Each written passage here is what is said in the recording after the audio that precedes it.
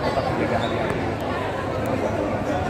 Ya mungkin nggak semua orang bisa mengerti dan memahami, dan aku paham promotornya, tapi ya aja paham gitu. aku dan Dona yang jalanin dan kita baik-baik aja. After all ya, setelah semuanya kita baik-baik aja. Mudah-mudahan harapannya adalah kita bisa tetap jalan apapun. Dan ya mungkin ini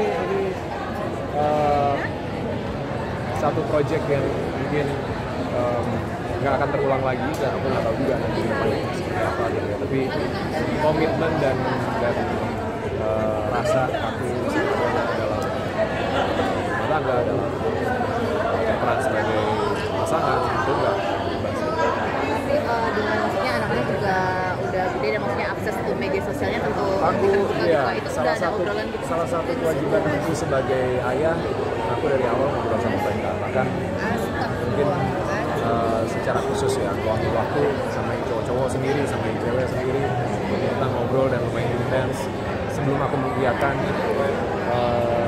Dan Dona juga minta datang ngobrol juga sama anak-anak, aku bertanya pendapat mereka gimana segala macam, dan surprise dulu mereka cukup dewasa untuk just an acting, it's your part of your job.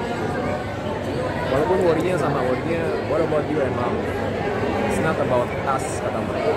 Walaupun aku bilang, no, it's about us as a community gitu. Jadi ya ternyata mereka cukup dewasa dalam menyikapinya dan support. Full support dari keluarga yang ada di sini. Ya, itu yang aku amazed juga sih. Ya, dan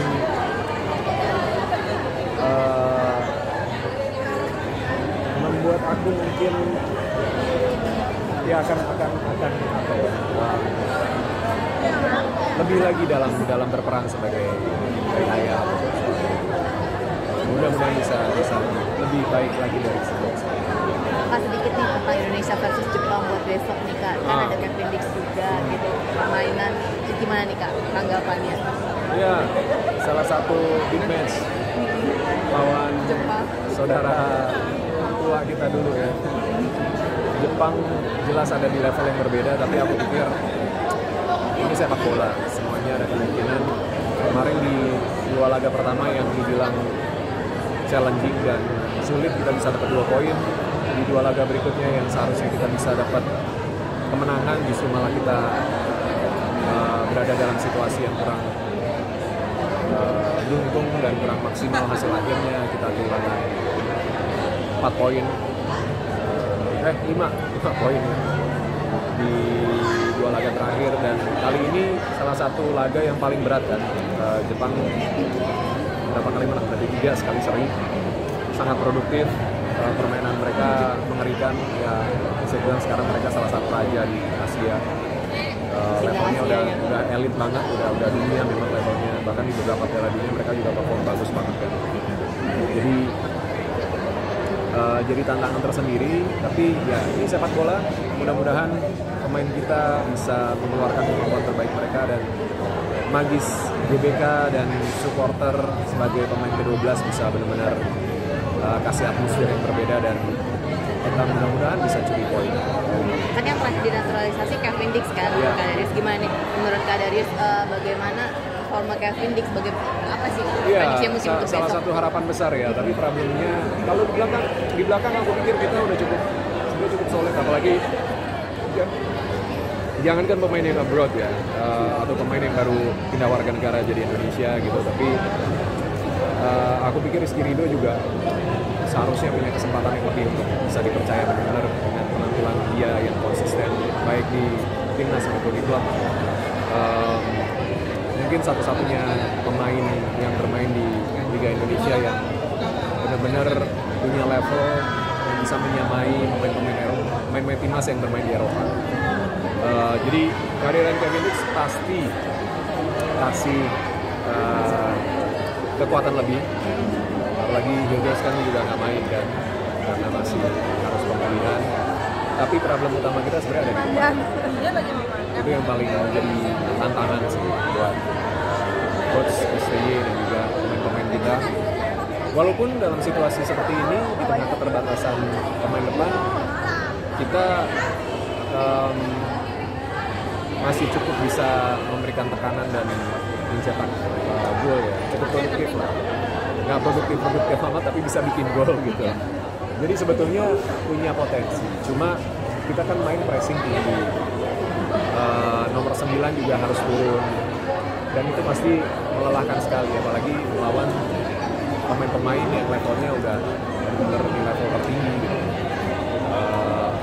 Yang mereka mungkin punya stamina, punya endurance sedikit lebih baik daripada pemain-pemain kita.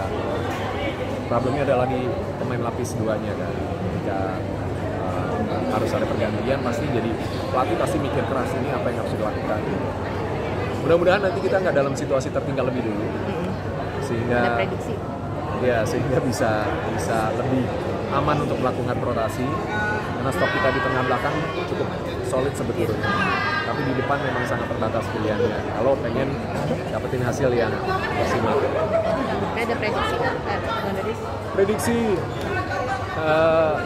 selalu sulit kalau prediksi sepak bola karena apapun bisa terjadi. Detail-detail kecil itu selalu menentukan apakah nanti akan ada gol cepat atau ada pelanggaran di kotak penalti atau kartu merah, bahkan kita nggak pernah tahu. Semua yang direncanakan sama pelatih bisa berubah dalam sepersekian detik di lapangan, tergantung bagaimana pemain kita bereaksi dan juga lawan bermain seperti apa. Jadi sulit kalau prediksi, tapi buat aku ketika kita kalah dengan skor tipis itu sudah sebuah hal yang positif. Kalau kita bisa seri itu udah hebat banget. Kalau bisa menang itu keajaiban. Tapi dalam sepak bola keajaiban itu mungkin. Jadi apapun masih terbuka.